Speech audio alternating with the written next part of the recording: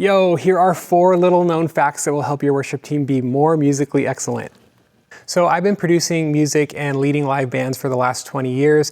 My last church was a church of 10,000, and my new church has musicians that tour with people like Sabrina Carpenter and other huge pop stars here in Los Angeles. And so I've picked up a trick or two over the years about how to help my teams, and hopefully your teams, move to the next level musically. And so I'm going to give you some advanced tips in this video. The last one is probably the most advanced, but the first one is pretty simple. The first tip to help your team be more musically excellent is to teach them about the musical pie chart. Imagine you're at a party and there is one pie and one person. Well, guess what? If that person wants to, they can eat that whole pie by themselves. But if you have 4 people at that party, that pie is going to be divided into quarters, and each person gets a smaller slice of the pie. Now 8 people are at the party, even smaller slices of pie will be distributed to each person. And the same is true with our teams.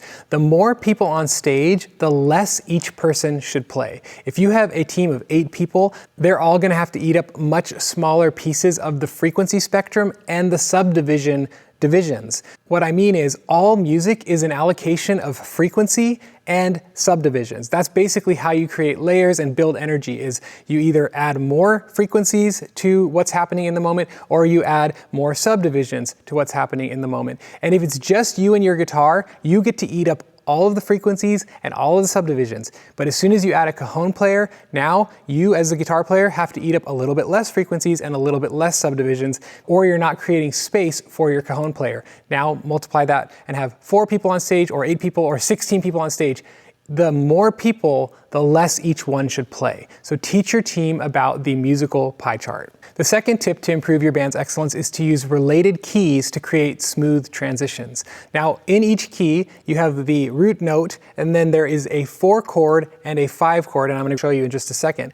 But when you end a song, you can either land it on the 1, the root note, or you can land it on the 4, leave it a little bit unresolved, and use that 4 chord as the new root key of your next song. So your previous song ends on not the 1, but the 4 or the 5, and then that last note becomes the new 1 or the new root key of your next song. And I'll show you a video example of that from one of our services right now.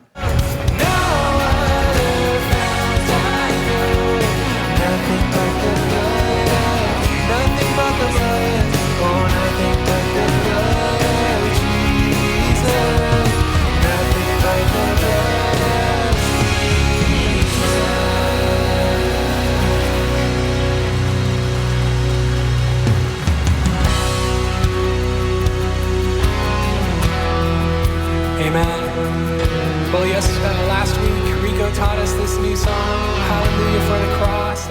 Now, if you really want to make your transition smooth, if you notice in that video at the end, the band, and especially the drummer, used his cymbals to decrescendo, but not all the way, and then recrescendo back up into the next song. So the band is kind of trash can ending, swelling down, but not all the way down, and then reascending, recrescendoing into the next song introduction. So that is how you really make your song transition smooth. 1, by using related keys, and 2, by having your band, especially your drummer and the cymbals, decrescendo and then recrescendo into the next song for a seamless transition. All right, 2 more tips to improve your band's excellence, and the last one, like I said, is an advanced tactic. The first one is a little more simple and anyone can do it, which is to be constantly giving coaching. Use consistent, constant coaching for your team.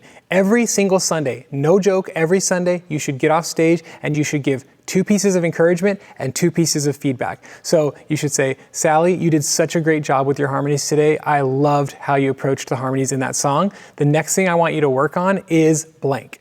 So always say one thing they're doing well and one thing you want them to work on next. And you should do that to at least 2 members of your team every single Sunday. And over the months and years, it will stack up, because musical excellence is a long game. You can't snap your fingers and have an incredible team overnight. It's a 2-3 year process, but the consistent coaching will make that outcome a reality. So every single week, 2 pieces of feedback and 2 pieces of encouragement. You could do more than that if you want. Okay, the 4th and final hack to help your band be more musically excellent is micro transitions. Now, I want to explain this concept a little bit because you probably never thought of it. Maybe you have, maybe you're advanced, but most worship teams don't think this way.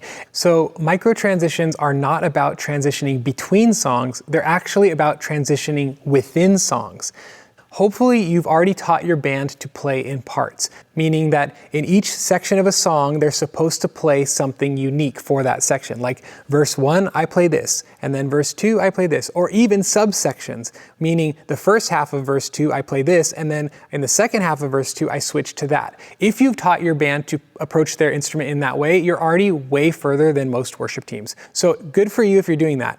Now, to really take it to the next level, what you want to teach your band how to do, and I'll show you a few examples of that in a second, is you want to teach them to transition between those sections of songs. So for example, from verse 1 to chorus 2, the parts change, and there's a little musical trick that you can do for each instrument that actually helps bridge the end of verse 1 into the chorus of verse 2, so that not only are they approaching their song playing parts for each section, but they're actually signaling moving from one section to another. For example, at the end of verse 1, I'm going to do a little musical trick, and again, I'll show you what those tricks are in just a second, to signal to the listener that we're transitioning into section 2. And then I'm going to signal that change and then move into my new part for the chorus. And these micro transitions usually happen on the last few counts going into the next section. So like on beat 4 of the last bar of the verse, you signal that you're going into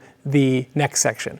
And I'm going to show you for different instruments what that might look like. So this one's probably the most obvious, the one you're most familiar with, which is the drummer right before the chorus is probably going to start to open up his hi-hat a little bit so it sizzles. Right, so like 4 beats before the chorus, the drummer starts to open his hat to kind of get more aggressive so that we feel like something is changing in the song, and then he'll do a fill and go into the chorus. For bass, there are kind of 2 popular ways to do micro transitions from one section to the next. One way is to slide up the octave and kind of signal that the energy is shifting by sliding up 3 or 4 counts before the next section. The other option is to slide down an octave on the 4 count going into the chorus. So like 1, 2, 3, foo, boom. So on 4, you hit the octave and you slide down, and it's like, it kind of like, pew. And you can hear this in House of the Lord. If you listen right before the final chorus, the bass goes, pew, right? It's like almost like a sub drop type sound. And so that is a way to do micro transitions on the bass. On keys, you might fade the mod wheel up here to create a more aggressive, bitey, attacky sound so that it feels like, ooh, the energy is shifting. We're going somewhere. On acoustic, you'll likely just swell the bottom strings. Oh, come to, right? For electric guitar, instead of just playing the riff right on the downbeat, slide into the riff. So for the song Great Things, instead of just going, what if you slide into it on the 4 count of the previous bar? So it's,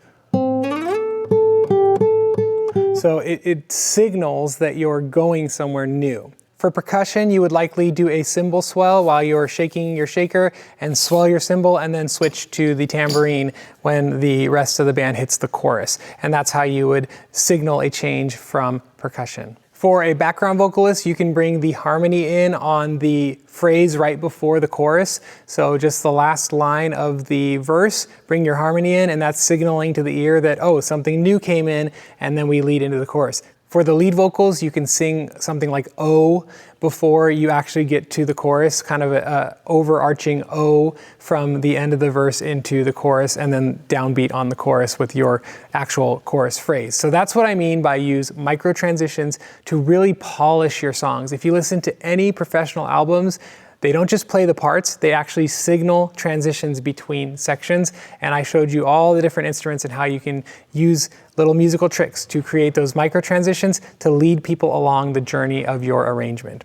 If you liked all of these tips, I'm going to encourage you to grab our Musical Excellence course while it's on sale until this Friday. It's 50% off, and I'll put a link below. And even if you don't feel adequate musically, first of all, we will teach you how to improve your own musicality. We will also teach you the language you need and the mindset you need and the production tips you need in order to help your band excel musically and actually show up to rehearsal prepared and knowing their parts. We'll show you how to set expectations and resource your team. We will show you how to improve your voice and the voices of your singers, and how to arrange the vocals to be beautiful and to take people on a journey. We will teach you everything you need to know to help your team sound tighter, more cohesive, and more beautiful in their arranging and creativity. And it's all available for 50% off until this Friday. So click the link below and grab that while it's available. And while you're down there, subscribe and like this video, and so that you can keep getting free, great training from Worship Ministry Training. Thanks for letting me encourage you. See you in the course, hopefully, or in the next video. God bless.